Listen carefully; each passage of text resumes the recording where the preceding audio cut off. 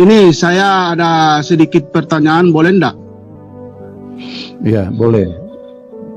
Oh iya. Tapi Ini saya perkenalkan nama dulu saya. Iya, bukan untuk berdebat ya, Pak. Iya, bukan untuk berdebat. Cuman ada satu pertanyaan yang mengganjal di hati saya itu. Ya, pertanyaan langsung saja Pak Yusuf ya. Iya, silakan, pertanyaannya apa?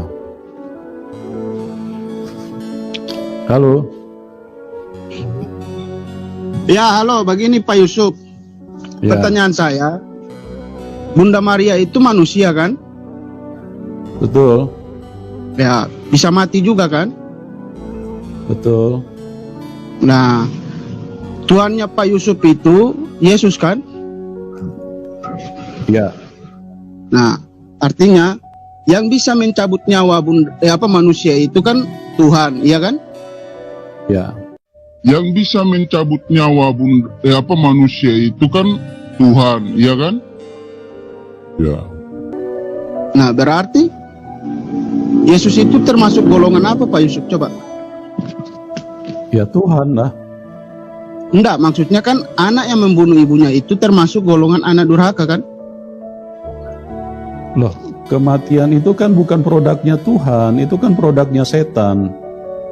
Oh gitu ya. Otoritas Tuhan itu apa saja Pak Yusuf kalau boleh tahu? Ya, otoritas Tuhan menghidupkan. Tidak bisa mematikan ya? Ya, kalau mematikan itu setan, Pak. Tuhan itu baik, tidak pernah mematikan manusia. Terus manusia mati ini selama ini itu karena apa Pak Yusuf? Siapa yang mencabut nyawa itu Pak Yusuf? Iya, siapa yang mencabut nyawa itu? Ya, yang mencabut nyawa. Setan yang mencabut nyawa manusia, Pak. Makanya Tuhan Yesus datang untuk menebus supaya apa? Supaya orang-orang yang mati di dalam Tuhan yang sudah percaya itu diselamatkan. Roh jiwanya dibawa pulang ke surga, hanya dagingnya yang mati. Tapi kalau orang yang tidak percaya Tuhan Yesus, itu mati semuanya, roh jiwa dan tubuhnya mati semua, Pak. Oh begitu ya. Nah, sekarang begini, yang mencabut nyawa ya Yesus itu siapa Pak Yusuf? Kan Yesus mati 3 hari. Yang mencabut nyawanya Yesus itu siapa? Dia menyerahkan nyawanya untuk penebusan dosa. Iya, saya paham itu Pak Yusuf. Yang saya tanyakan itu yang mencabut nyawa Yesus itu siapa coba? Kan Yesus manusia, ya kan?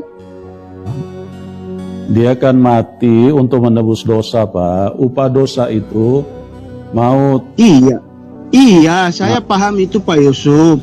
Yang saya tanyakan, siapa yang mencabut nyawa Yesus itu ketika mati di kayu salib? Iya, dia mati karena menanggung dosa manusia. Iya, saya paham itu Pak Yusuf. Yang saya tanyakan, sekali lagi yang saya tanyakan itu, yang mencabut nyawanya itu siapa Pak Yusuf? Saya tidak tanya dia menyerahkan nyawa atau tidak Pak Yusuf. Iya, yang mencabut nyawa itu ya selama ini kan setan yang mencabut nyawa manusia.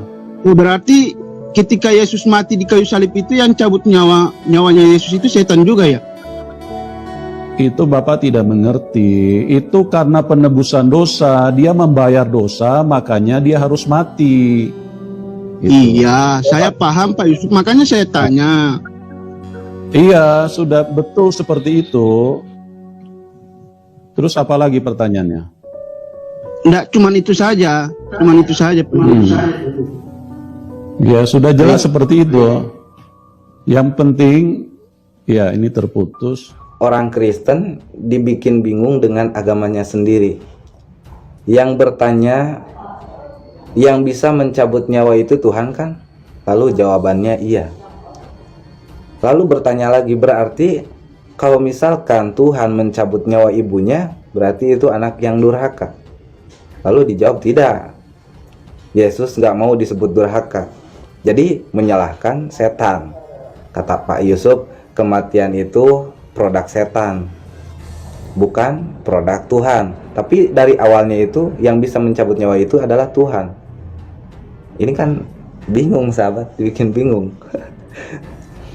Kata Pak Yusuf, kematian itu adalah produk Tuhan. Lalu bertanya lagi, otoritas Tuhan itu apa?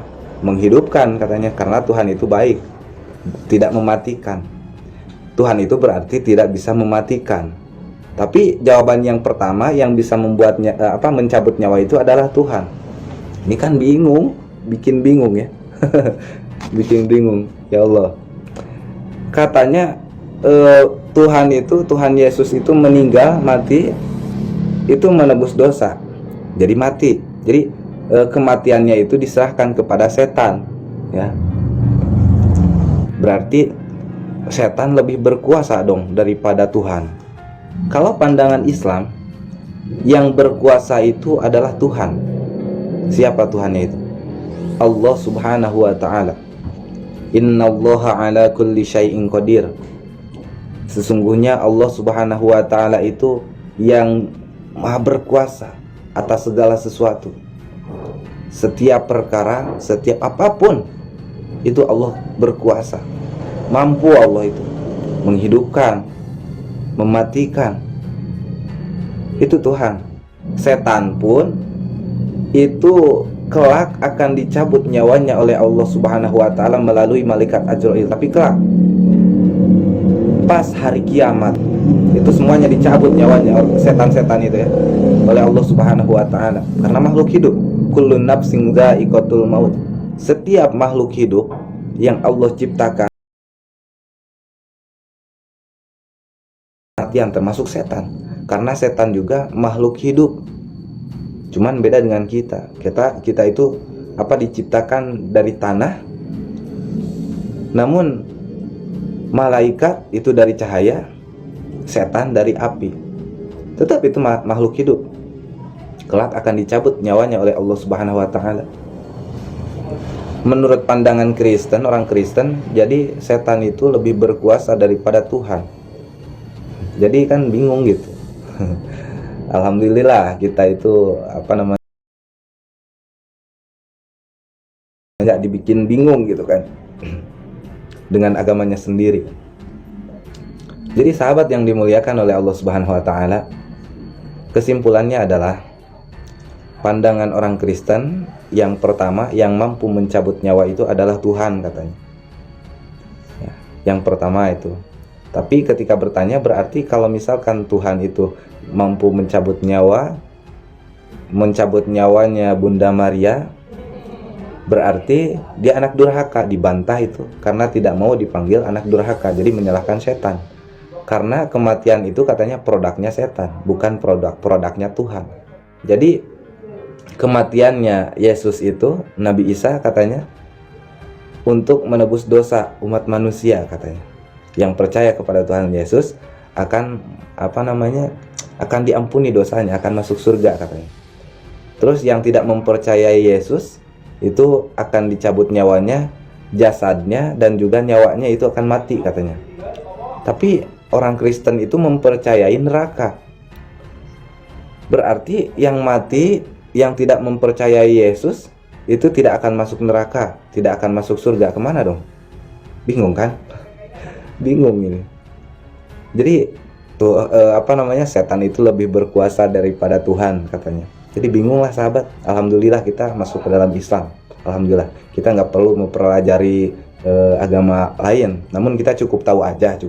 Ya alhamdulillah kita itu ada dalam posisi beragama Islam gitu. Alhamdulillah, bersyukur ya. Kuatkan akidah kita, keimanan kita. Jangan sampai akidah kita, keimanan kita itu copot. Jangan sampai. Alhamdulillah, subhanallah. Alhamdulillah terbuka gitu ya, terbuka untuk orang yang awam.